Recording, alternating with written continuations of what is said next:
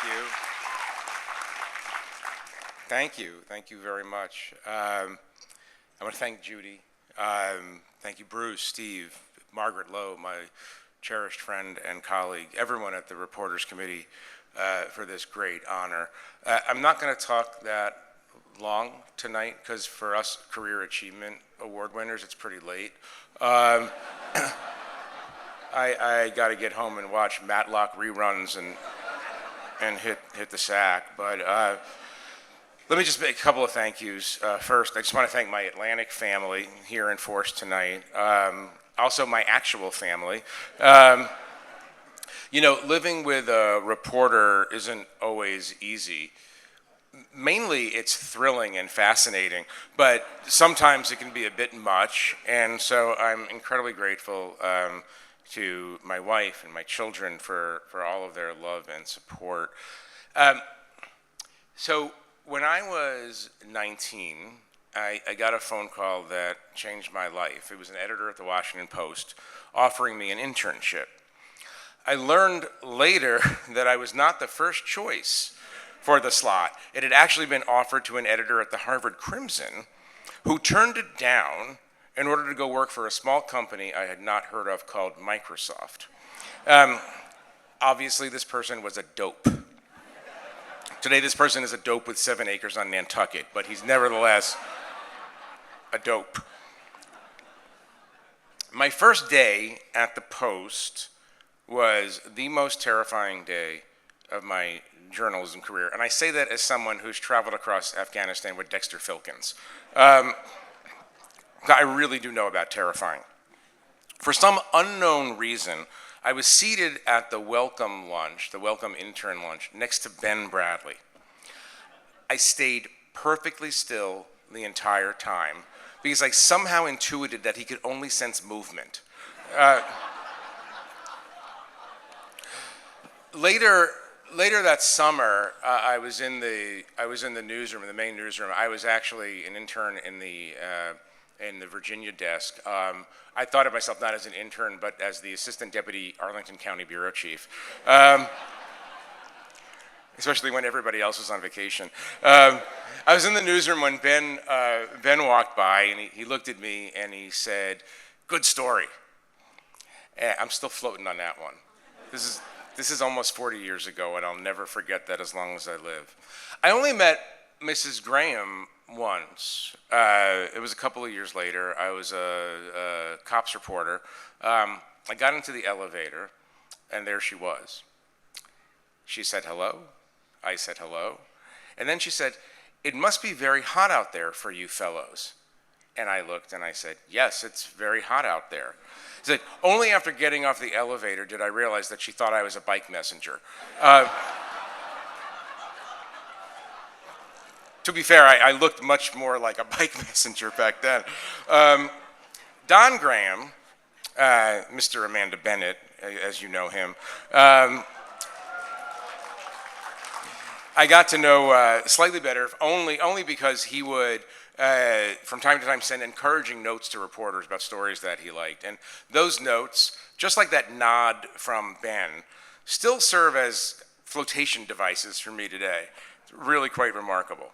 So over the years, I've gotten to know many of the Post's greats, even after I left, and from Bob Woodward to Marty Barron. And what made them great was their courage, their integrity, and their commitment to editorial independence.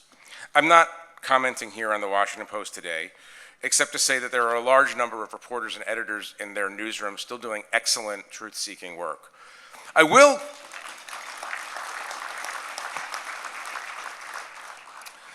comment on the broader trend across newspapers, magazines, websites, and television networks especially, of owners and leaders losing sight of our collective North Star goal, to put as much truth into the universe as possible. For every story of preemptive cowardice, though, there's a story of steadfastness. In March, after I understood that the strange text I was receiving from Mike Waltz and Pete Hegseth, J.D. Vance, and all of their backup singers were, in fact, actual texts and not part of an Iranian disinformation campaign or a Project Veritas entrapment scheme, I knew that we were confronting a completely novel situation. Now, in the ordinary course of events, I speak with Lorene Powell-Jobs, our proprietor, about matters of strategy, budget, brand, but I don't discuss with her what we're publishing. In this case, however, we decided, and by we, I mean my editorial colleagues, our general counsel, and the 347 outside lawyers brought in to advise us, 238 of whom are here tonight with us. And if you haven't been paid yet, see David Baumgarten at table 16. That because of the risks associated with publishing a story in a volatile environment with potentially profound national security implications, Lorene should at least know that something's coming. She was duly informed, not by me, that we were working on such a story, but for several obvious reasons, no details whatsoever were shared. The response that came back to me from Lorene was this: I don't get involved in editorial decisions, and I'm not about to start.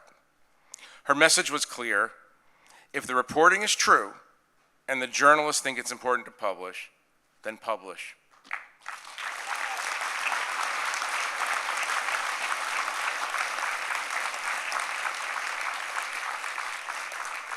It's simple, it's straightforward, but also in today's climate, it's noteworthy and particularly admirable. I've been lucky in my career. I've had role models, models of ethical leadership all along the way. And so I feel a certain amount of pity for the owners and CEOs across media who have not lived up to the mission. Not only because they've turned themselves into models of anticipatory obedience, but because, to borrow from Jung, they're betraying their own inner possibilities. I'm in the Marty Baron camp. We're not at war, we're just at work. But in order to do this work, we need steadfast support from the leaders of our organizations. And when we don't get it, we have to demand it loudly and insistently. I once asked Jim Mattis what kept him up at night. He answered, I don't get kept up at night, I keep other people up at night. That's become my rule as well. It's a good rule for all of us, actually. We live in dangerous times, and because they're dangerous, they're also filled with journalistic opportunity. I tell my colleagues every day, let's do things now that you will one day brag about to your grandchildren. My colleagues at The Atlantic live up to the mission every day, which is why I'm so proud to be part of our great magazine, and why I'm so happy to be a journalist. Thank you again for this extraordinary honor. Appreciate it.